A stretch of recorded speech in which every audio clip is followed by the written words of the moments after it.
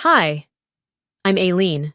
On my 33rd birthday, I sat alone at a table set for six. I wore heels I hated, poured the wine they never showed up to share, until my phone buzzed. The message from my mother read, "You're not our priority right now." They didn't forget.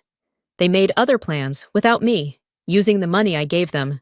They ghosted my dinner to throw a party for my brother. How do you come back from something like that? Or maybe the better question is, why would you want to? I arrived 15 minutes early, just as the sun dipped behind the Denver skyline, casting long amber shadows across the sidewalk. There was a light chill in the air, just enough to make me glad I'd chosen the long-sleeved dress. It wasn't fancy, but it was intentional. The kind of outfit you wear when you want people to know you made an effort. The hostess glanced at her list and smiled. "Party of six?" I nodded, smoothing the napkin in my hand. "Yes. Aileen, I made the reservation last week." She led me to a table near the front window. 6 seats, clean, elegant place settings. A small votive candle flickering in the middle. I sat on the end, facing the entrance. The waiter stopped by. "Would you like to wait to order, or—" "They're just running a little late," I interrupted, too quickly. "I'll wait." He nodded politely and walked away. I checked my phone. 6:47 p.m. Nothing. I tried not to overthink it. Zinnia was always fashionably late. Curtis probably lost track of time again. And Mom, well, she rarely arrived early to anything unless it was someone else's event. I adjusted my fork slightly. Then again. Then again. A nervous tick. I'd picked this place for a reason. Quiet. Familiar. Not too expensive, not too casual. A place that said, "You matter enough for me to plan this." I scrolled through my phone to distract myself, pretending to be busy. An email from work.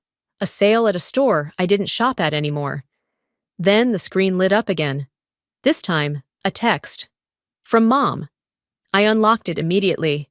"You're not our priority right now. Enjoy your dinner." That was it.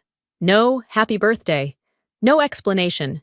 Just those 13 words, wrapped in a tone that felt rehearsed. I stared at it, reread it twice. Then again. This wasn't forgetfulness. This was deliberate. The waiter returned with a wrapped package. "Someone dropped this off earlier today for you," he said. "Said it was from your family." I thanked him, managing the kind of smile you give strangers when you don't want them to ask questions. The wrapping was neat, the kind Zinnia always insisted on. Minimalist, matte gold, no bows. I unwrapped it slowly. Inside was a scarf, pale blue silk. I held it up and felt a sinking recognition in my gut. I had bought this exact scarf for Mom last Christmas. I remembered the brand, the stitching, even the little snag near the edge where she caught it on her ring. I looked at the card tucked beneath the tissue paper. "Happy birthday, from all of us." But underneath that message, faintly visible, was my own handwriting, the one I'd written last year. "Love you always, Mom." They hadn't even bothered to use a new card, just rewrote over the original, like memory could be overwritten the same way. I placed the scarf back in the box. My hands were steady, but my breath wasn't. A couple at the table beside me sang softly, some kind of anniversary celebration. Glasses clinked. Laughter bubbled from the back near the bar. The world kept turning. I lifted my wineglass and took a sip. I didn't cry. I didn't call. There was no panic, no drama, just a weight settling inside me like concrete. The thing about being excluded enough times is that it eventually stops feeling shocking. I remembered birthdays where my presence felt optional, ones where Zinnia gave a speech and forgot to mention me, or where I ended up taking pictures instead of being in them. This one was different, though. This one was mine, and they chose not to show up. I sat for a while longer, watching the streetlights blink on one by one. Then I pulled a sticky note from my purse. I'd brought it to jot down a grocery list, maybe. I used it for something else. 5 words. That was all I needed. I left a 20 under my plate, more than enough for the wine, and walked out quietly. I didn't tell the waiter goodbye. I didn't check my phone. On the table, beside the untouched bread and the recycled gift box, sat the note. Thank you. No more seats. By the time I got back to my apartment, Denver had gone quiet. The sky outside my window was holding on to the last bits of blue before turning completely black. I dropped my purse on the counter, slipped off my shoes, and tossed the sticky note I'd left at the restaurant next to the fruit bowl I never filled. The apartment still smelled faintly of hairspray and anticipation. I didn't bother turning on the lights. The glow from the city was enough to navigate around my own disappointment. I poured a glass of water I wouldn't finish and sat down at the edge of the couch like I was still waiting for someone to join me. My phone buzzed. I ignored it for a moment, half hoping it was just another calendar reminder. But something in me itched. It was a notification from Instagram. Zinnia had posted a new photo. My thumb hovered over the screen. I shouldn't have clicked, but I did. The image loaded slowly. Then it hit me like a punch in the throat. There they were, Velma, Zinnia, Curtis, even Uncle Ray, who hadn't been invited to anything since he got caught lying about Dad's will. They were standing in front of the Marina restaurant in Boulder, smiling, glowing, holding glasses of champagne. Curtis stood front and center, arms stretched out like some hometown hero. In his right hand, a keyring with a motorcycle emblem. The caption? Celebrating the dreamer. He finally made it happen. My stomach turned. I zoomed in. Velma was wearing the same scarf they'd regifted me just hours earlier. On Curtis's wrist, a new watch, sleek, expensive, familiar. I blinked twice. It was the same model he'd sent me in a text 2 months ago, asking if I thought it was too much.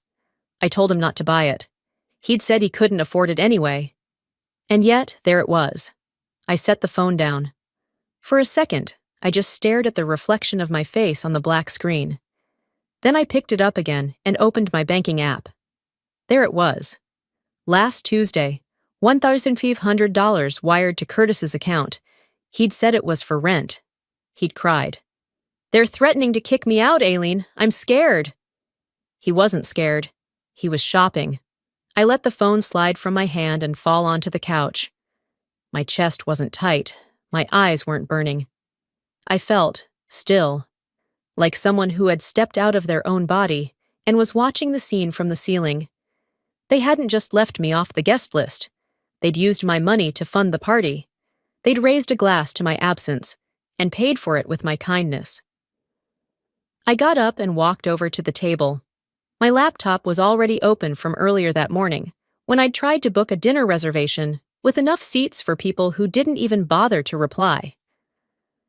I clicked into my financial folder and created a new document.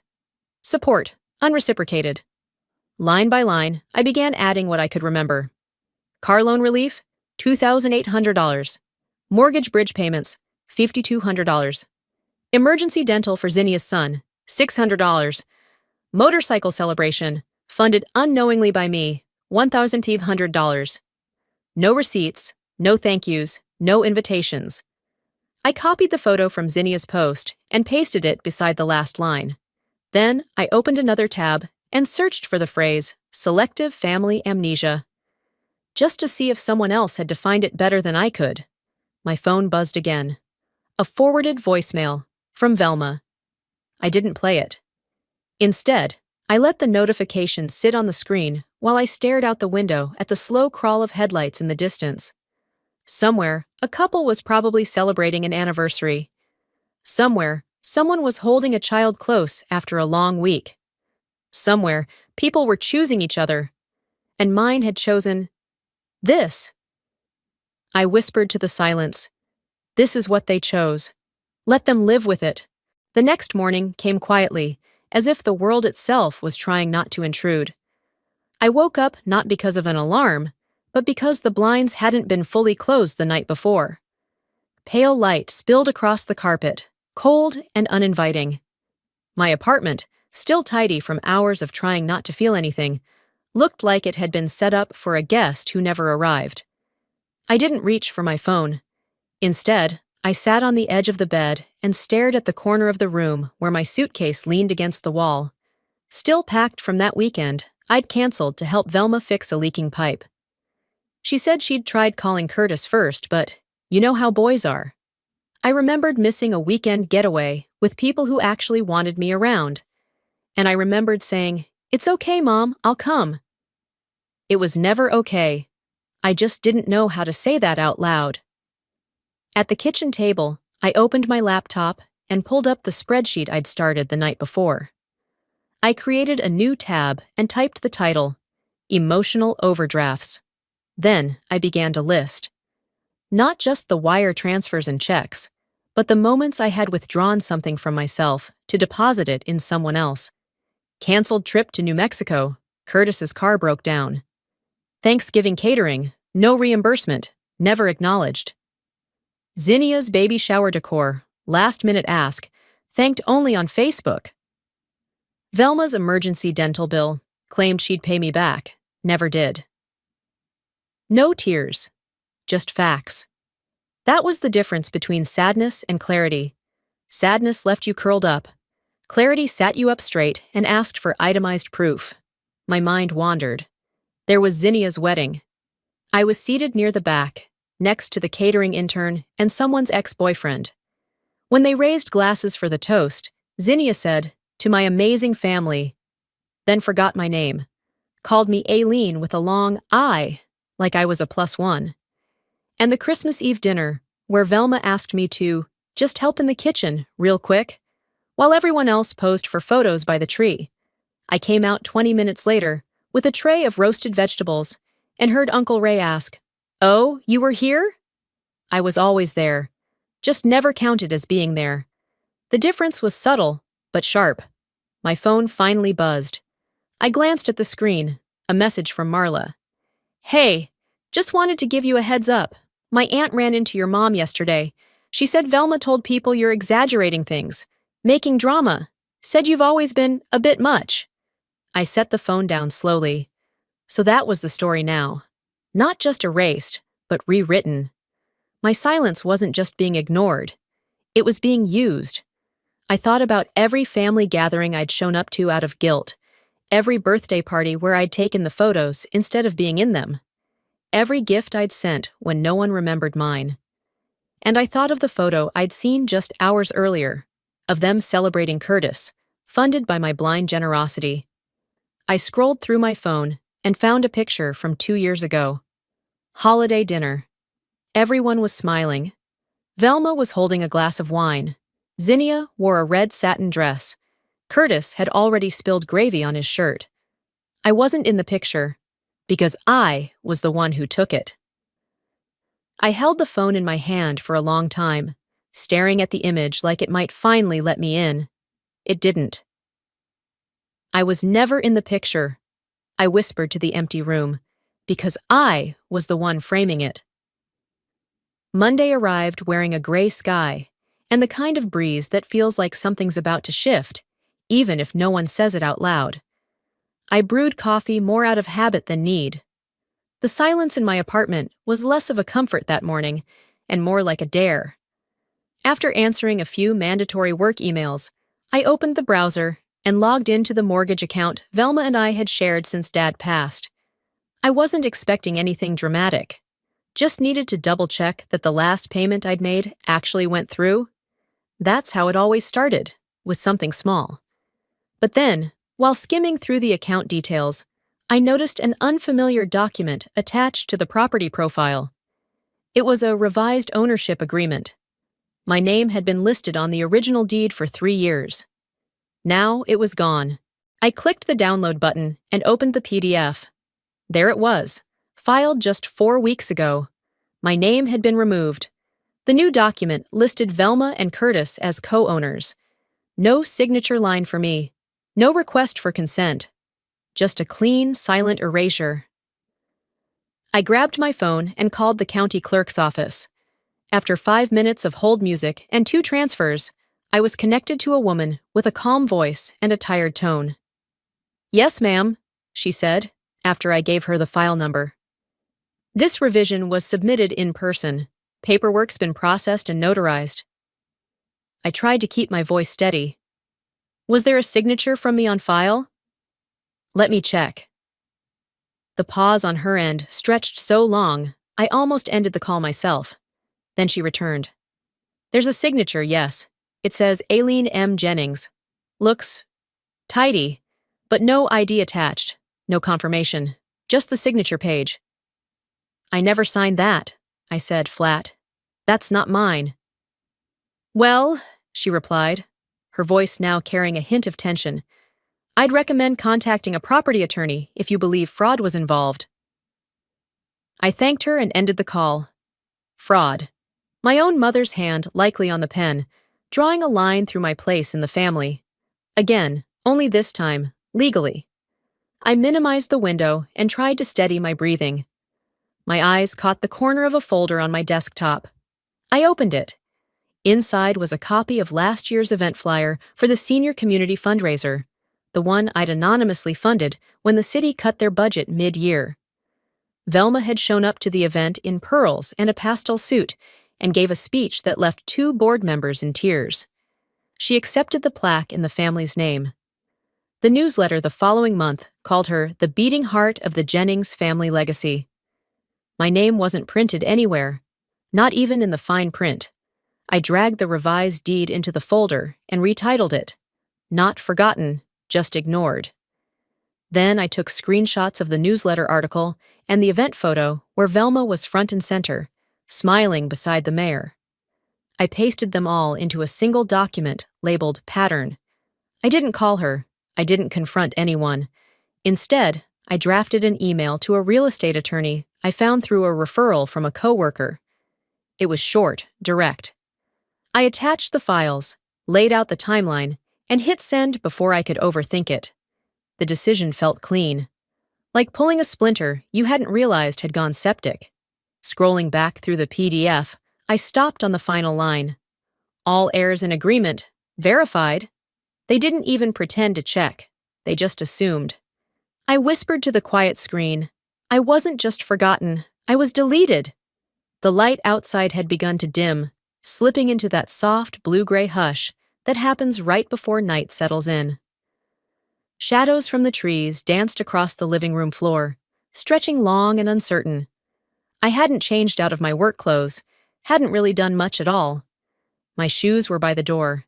The microwave meal was half eaten on the table, and I sat motionless on the couch, staring at the muted TV like it owed me something. I had grown used to the quiet, but that evening, the silence felt wrong. Not peaceful, performative, like something was waiting to happen, like a drum roll before the drop. Then a knock, soft but firm. Not hesitant. No, it was the kind of knock that said, I'm coming in, whether you like it or not. I opened the door, already bracing myself, and there she was. Velma, holding a pastel gift bag, the kind you'd pick up last minute from a pharmacy. Tissue paper fluffed up like whipped topping. Her face was tight, every inch of her smile strained, like it might snap if she blinked too hard. Thought we could talk, she said, like adults. I didn't move. I didn't offer her a seat, but she walked in anyway. Of course she did. That's always been Velma, deciding what the rules were and who had to follow them. She perched on the edge of the couch as if it might stain her. I stayed standing. There was no version of this where I made myself smaller just to make her comfortable. I know how things looked, she began, smoothing her palms on her jeans. But we honestly thought maybe you needed some space. After what happened at dinner, I blinked. Just once. What happened at dinner, I said slowly, was that you didn't show up. She acted like she didn't hear me, just kept going. I just think there were misunderstandings, and, well, you're not always the easiest person to what? I asked, letting the words slice the air between us. Velma exhaled sharply through her nose, dropping the nice girl act. You're just so sensitive. You always take everything personally, like the world is out to get you. Ah, there it was. The old refrain, the family classic, that I was the problem, that I was too much, or not enough, that I couldn't take a joke, couldn't let things go, Couldn't just be easy like everyone else. But I wasn't angry. Not anymore. Not the way they wanted me to be. I looked her in the eye and said, calm and clear, "No, I just stopped lying for you." Her mouth twitched. Not a smile, not quite a frown. Just that uncomfortable recognition that someone has seen through you. She crossed her arms and leaned back, like she was settling into her disappointment. "I didn't come here to apologize," she said. "I just didn't want people thinking we abandoned you." Of course not. It wasn't guilt. It was optics.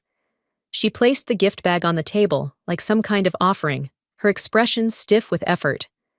I picked it up, walked to the kitchen, and dropped it gently into the trash can. Not with anger, with finality. When I turned back around, she was still watching. Frozen. I reached into a drawer near the sink and pulled out the folder I had prepared earlier that week. I'd been waiting, not hoping, preparing. I handed her a single page from it. It was neat, detailed. A financial breakdown, every contribution I'd made to the family over the last 5 years. Dates, amounts, rent, groceries, utility bills, emergency bailouts no one ever paid back. Velma glanced at it, then looked at me. Her face didn't move, but her fingers tightened around the paper. "This," I said, "is who you've been talking about behind my back." She opened her mouth to respond, but didn't find the words. I didn't stop. "Next time someone asks where I've been, tell them the truth. Tell them I stopped paying to be ignored." Her shoulders dropped slightly, like the mask was too heavy to hold up anymore. She stood slowly, adjusted her coat like it was armor, and walked to the door. Just before she left, she paused, one hand on the knob, and muttered over her shoulder, "You'll regret this once you're alone." I walked her to the door, closed it quietly behind her, and turned the lock. Then, I leaned my forehead against the wood, breathing in the weight of it all. Not sadness, not victory, just release. "I've already been alone," I whispered. "This time, it's by choice." And in the stillness that followed, I didn't feel hollow. I felt free. Friday evening slid in without ceremony, the kind of quiet that makes you realize just how loud your life has been. Outside, the air had turned crisp, dry, with that first whisper of winter tucked beneath it. I hadn't bothered to shut the balcony door after the sun dipped below the skyline. Letting the cold creep in felt like my own silent rebellion. It stung a little, sure, but it was honest, cleaner than the backhanded concern and performance apologies I'd been fielding for weeks. I sat cross-legged on the edge of the couch, barefoot, a throw blanket wrapped around my shoulders like a shield. A glass of wine sat untouched on the side table beside me, the rim catching a sliver of lamplight. I wasn't drinking tonight, not out of discipline, but because I wanted to feel everything, clear and raw. My mind wandered back to Velma's visit, but this time I didn't flinch. I didn't replay her tone or the expression she wore like she was auditioning for Martyr of the Year. Instead, I just heard the words. Not as threats, not as daggers, just as static that had finally stopped buzzing. "You'll regret this once you're alone." I let those words settle in the room like dust. Then I looked around. Alone wasn't new. Alone wasn't a punishment. It was where I had always done my clearest thinking, where I'd stitched myself back together after the last time they tore through me with their expectations, their entitlement, their relentless hunger to take without asking. I stood slowly, walked to the balcony door, and shut it. The latch clicked into place with a sound that felt final, like a door that doesn't need to open again. I turned to go back to the couch, and that's when my phone lit up. The family group chat. Alive and well, apparently. It had been weeks since I opened it. Still, the notifications crawled across my lock screen like a bad dream coming back for another round. Emergency call tonight, 8 p.m. sharp, no drama this time. Let's try to keep it civil and productive. And then, from Zinnia, don't invite her this year, she ruins the mood. The chat had a new name now, Family First, followed by a broken heart emoji and a waving hand. They didn't remove me. That would have taken a spine. Instead, They just kept talking as if I'd already left the room, as if I never belonged in it. I stared at the thread for a moment. My thumb hovered. Then I hit mute. Then delete. Not rage, not spite, just peace. I opened my inbox, hoping for something to pull my focus somewhere else, somewhere less toxic. And there it was. A new email from the real estate attorney I'd contacted earlier in the week. Subject: Final title adjustment confirmed. I clicked it open, my pulse slow and even. The message was short. Efficient. All title removals have been processed. Your name no longer appears on the joint property, effective immediately. No ceremony, no apology, just cold, clean truth. I exhaled, long and steady. My body didn't jump with joy. My heart didn't race. This wasn't triumph. This was extraction. A surgical removal from a sickness I'd spent too long calling family. I got to work, quietly tying off the remaining threads. I unsubscribed from the grocery delivery service Velma had hooked up to my account, still sending crates of expensive snacks to her house, like it was some family tax I owed. I shut down the autopay for the shared streaming accounts, the photo cloud, the password logins. One by one, I cut myself loose from every shared shadow they'd left behind. Then I drafted a message. It wasn't a goodbye. It was a release. Handled what I needed. No further responses required. I sent it into the void of the muted thread. Then, I opened a new folder on my desktop. Named it, Closure is Mine Now. Inside, I dragged the scanned title deed, the receipts, the screenshots, the thread where Zinnia suggested I skip Christmas for everyone's sake, the email where Velma denied borrowing my emergency fund, then Venmo'd it to herself the same day. I didn't plan to reopen that folder, but I needed it to exist. Proof. Not for them. For me. Because when someone tries to rewrite your story, you better be ready to show them the original. I passed the hallway mirror on my way to the bedroom. Something stopped me. I hadn't looked at myself, really looked, for days. I stepped back and stared. My reflection stared back. Same eyes, same face, but different posture. I didn't look like someone trying to win anyone back. I didn't look like someone begging to stay. I looked like someone who had finally stood still, long enough to let the storm pass, and realized she was still standing. You broke me once, I whispered to the mirror. My voice didn't shake. This time, I'm the one walking away. I turned off the lights. The room went dark, but for the first time in months, I didn't feel afraid of it. I felt free. Saturday morning arrived with a kind of hush, like the world had tiptoed in, not wanting to disturb me.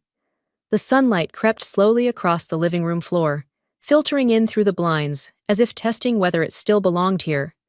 For the first time in weeks, I didn't reach for my phone first thing. I made coffee, 2 scoops of the bold roast I'd hidden from guests. I watered the plants by the window, talking to them like they were old friends. I even pulled out that book I'd promised myself I'd finish, a collection of essays on stillness I'd barely cracked. For a moment, just a moment, I believed I might be able to slip into the rhythm of a life that belonged solely to me.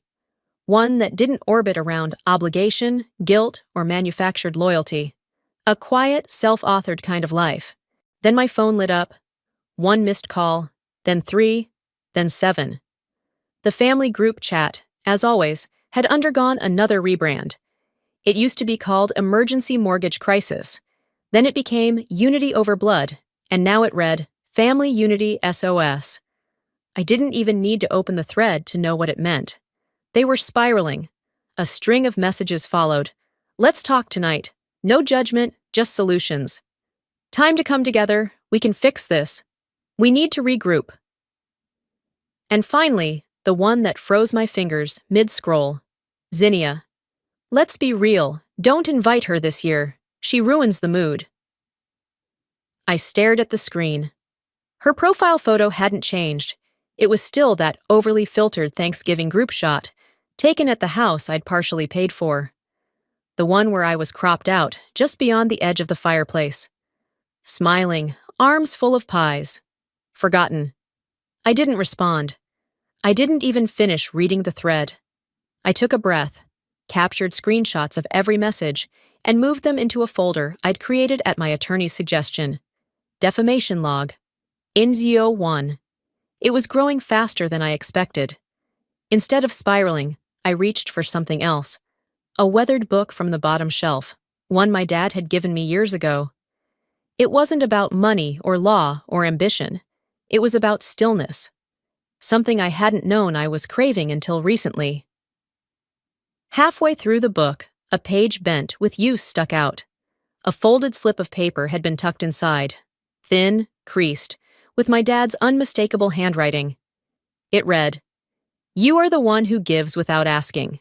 Don't let them take that from you. Giving isn't weakness, baby girl. It's strength. But strength must be honored, or it turns into burden. And burden breaks." I sat there holding the letter, letting its truth crack through something tight inside me. It wasn't sadness that made my eyes sting. It was recognition, the ache of finally being seen, even in silence. I stood up and walked toward the photo wall. So many moments, frozen in time. But not mine. Zinnia's engagement party, where I had paid for catering and cleaned up solo at midnight. Gone. Curtis holding his newborn. I paid the hospital deposit when insurance didn't cover the rest. Gone. The family trip to Sedona, the one Velma took credit for? I had the receipts. Gone.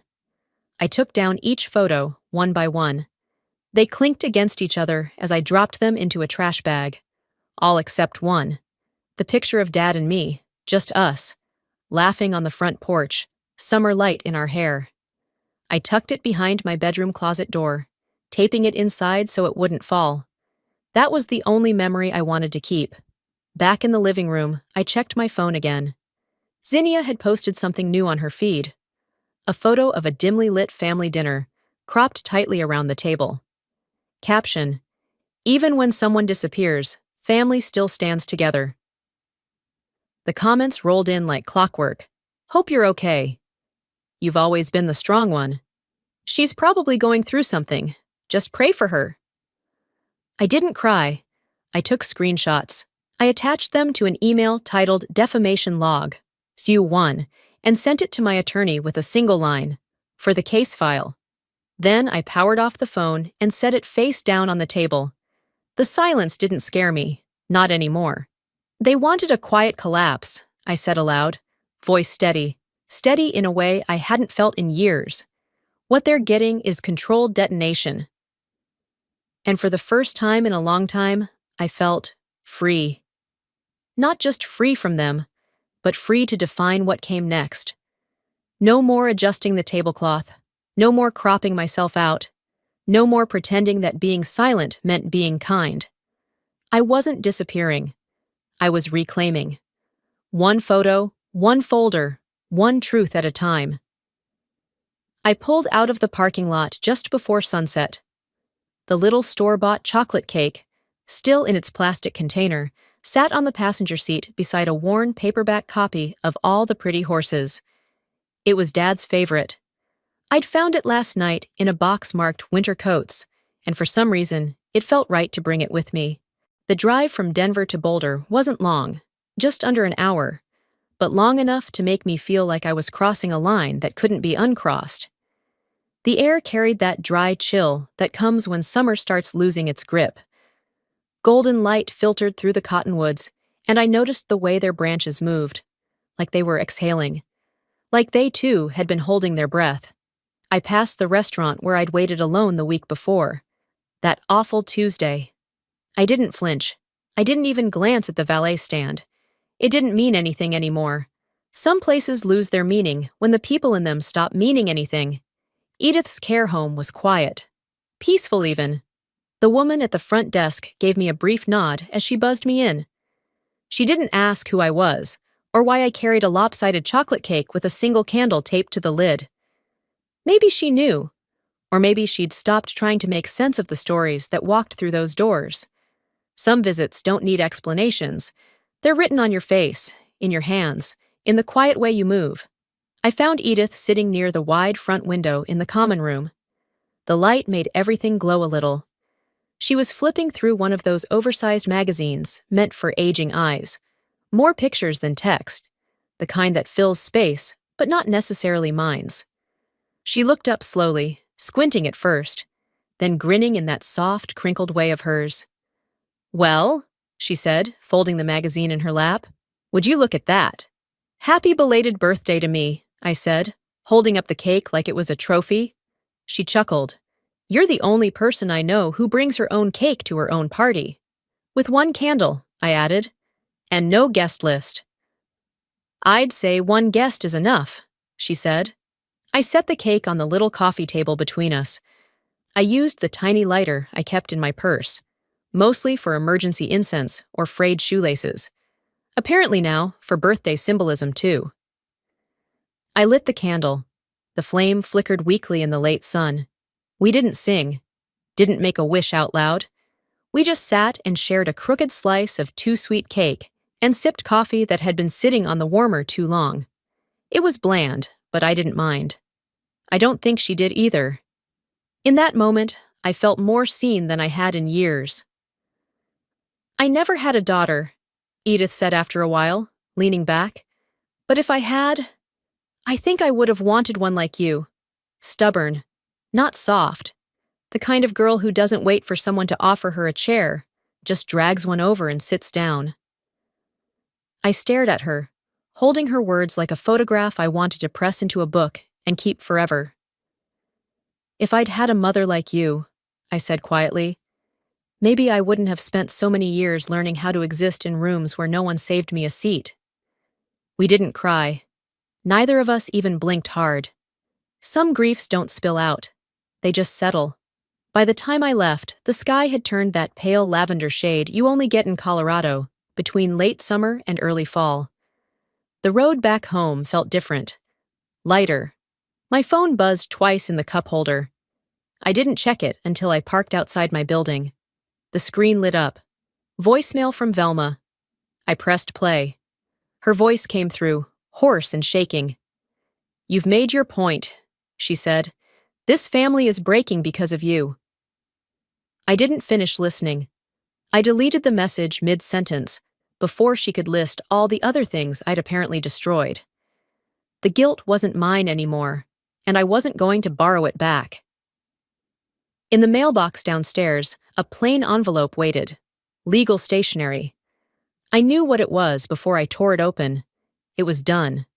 Signed and notarized. Final and binding. My name no longer appeared on any shared property titles. No more joint accounts. No more inherited obligations. Every last thread had been cut. Clean, official, irreversible. Inside my apartment, I turned on the lamp by the bookshelf and lit the same candle I'd used with Edith. I didn't know why. Maybe I just needed to mark the moment with light. Then I sat down and pulled out a blank note card. "Happy birthday, Aileen. You were worth showing up for." I placed it next to the only framed photo I still kept. Me and Dad, standing ankle-deep in a lake upstate, holding fishing rods and grinning at something I can't remember anymore. But we looked happy. I was barefoot. He was wearing that old ball cap he never let anyone touch. Then I opened my laptop. New folder, new file. Title: What I Owe Myself. Chapter 1. I didn't write a manifesto. I didn't draft a speech. I just typed, slowly, carefully, not to prove anything to anyone, but because I finally could. Because my story didn't belong to them anymore. And as the words filled the page, I realized something. For the first time in a long time, I felt free. Sunday arrived before the sun even broke the horizon. I didn't need an alarm to wake me. My eyes opened to silence. No buzz of my phone, no urgent texts, no one tugging on the edge of my peace. The stillness wasn't just quiet.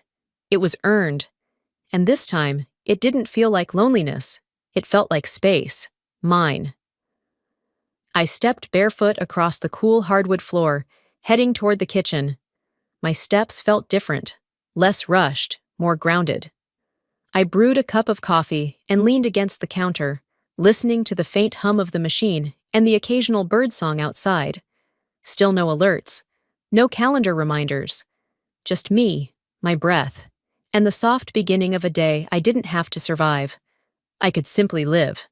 Coffee in hand, I walked to the patio and did something I hadn't done in months. I slid the door open.